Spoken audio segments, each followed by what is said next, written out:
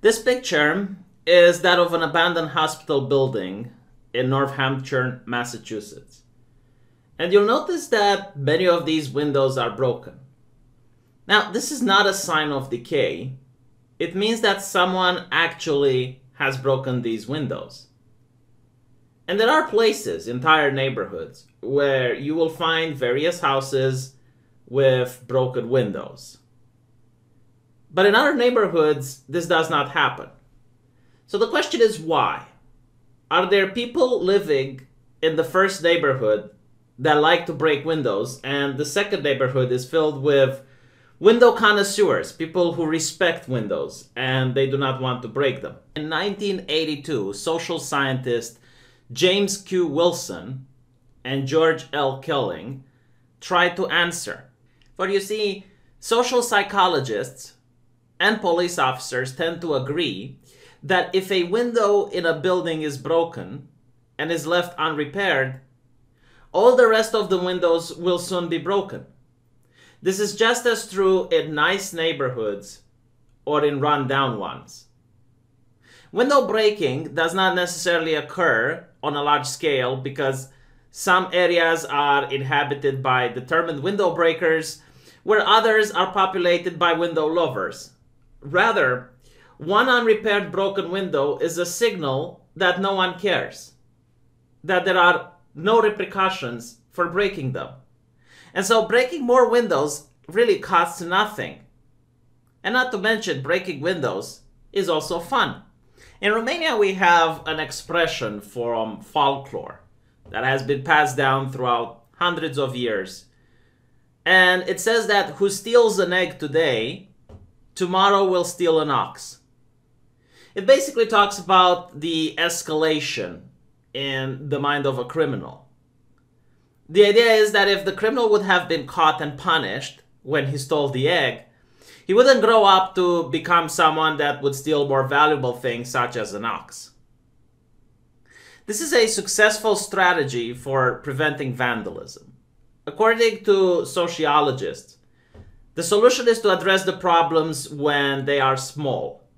Repair the broken window within a short time, a day or maybe a week, and then the tendency is that vandals are much less likely to break more windows or do further damage. Because this shows someone actually cares about that property. Someone has invested resources in order to fix the problem. And that person is interested in maintaining the window's integrity. As such, if further windows are broken, it might incur consequences. This also means that people have to clean up the sidewalk every day. And the tendency is for litter not to accumulate. Because it's a known phenomenon that if someone throws a can on the street, and then another person throws a banana peel next to the can, then other people are going to discard the trash in the same place until you're going to get a pile.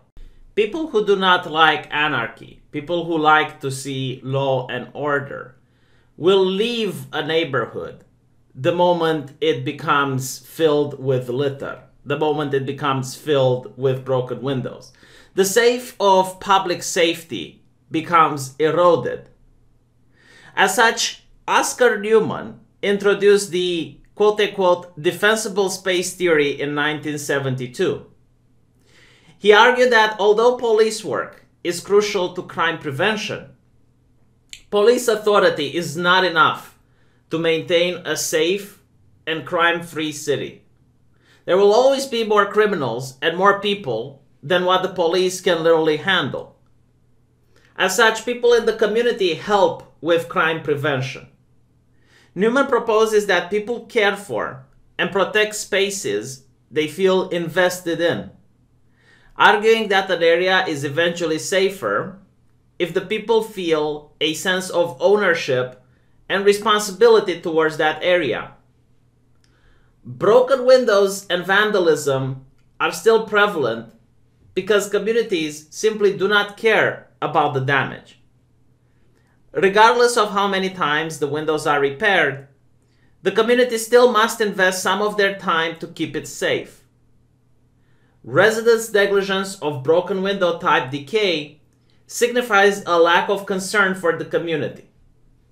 Newman says that this is a clear sign that society has accepted this disorder, allowing the unrepaired windows to display vulnerability and lack of defense. Malcolm Gladwell also relates this theory to the reality of New York City in the book The Tipping Point. The theory thus makes a few major claims that improving the quality of the neighborhood environment reduces petty crime, antisocial behavior, and low-level disorder, and that major crime is also prevented as a result. So the work of many sociologists and police officers who are experts at fighting crime is now being contradicted by a different theory. The theory encompasses the policing of victimless crimes. A victimless crime is defined as an illegal act which typically either directly involves only the perpetrator or occurs between consenting adults. And because it is consensual in nature, there is arguably no true victim, and as such, these crimes should not be policed. Now, most of the people that I have seen advocating for victimless crimes not to be policed seem to be left-leaning individuals that are also against gun rights. And simply owning a firearm illegally would constitute as a victimless crime. Use this argument against someone that is arguing for the decriminalization of victimless crimes, and you will see how they shrink and shrivel. The reason we criminalize victimless crimes depends on the crime itself. For example, driving with 100 miles per hour on the wrong side of the road is indeed a victimless crime if you don't hit anyone. However, your behavior endangers the public. It makes the streets feel unsafe. Other people might have to use evasive maneuvers in order to avoid collision with you, and they might be the ones causing an accident. Or, if you do this often enough, eventually you will hit someone. It's not a matter of if, it's a matter of when. And the reason we criminalize these people who are committing a victimless crime in this situation is because we do not want others to repeat their actions. Now, in the case of drug abuse, Edwin Schwer, Hugo Adam Bidal state in their book, Victimless Crime, Two Sides of a Controversy, that some of these laws produce secondary crime and all create new criminals, many of whom are otherwise law-abiding citizens and people in authority.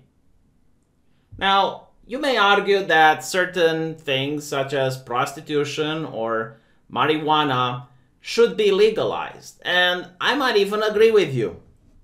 However, the correct solution would be to go through the proper channels and change the law. The solution is not to just have the law and allow police officers to decide which laws they're going to enforce and which laws they're going to look away. Because what I'm trying to get at here is that you either have law and order or you do not. And in order to have law and order, you need to police even the small things such as littering, breaking windows, running the bus without a ticket. Law and order is a culture. It's a way of thinking. Police officers' main purpose is to prevent crime, not to stop crime. Their role is to get people to understand that if they choose to partake into antisocial behavior, they will be caught, they will be arrested, and their faces are going to be plastered in the media and put societal shame on them, so that other people can understand that if they try to replicate those actions, they too will end up behind bars. But unfortunately, we seem to live in a world where the media does not demonize criminals anymore. Instead, they attack the very core concept of law and order. They do not attack just individual police officers. In fact, they say that all cops are bastards, and most corporations and companies nowadays seem to agree with that statement. They have managed to change my mind on one of the movies that many people would consider to be a bad film. Many people criticize this as being one of the worst in the series. However, I remember when in RoboCop, corporate America aided criminals and helped incite riots so they can lower property values and buy up the city while privatizing that city's police force. Science fiction is so crazy, isn't it?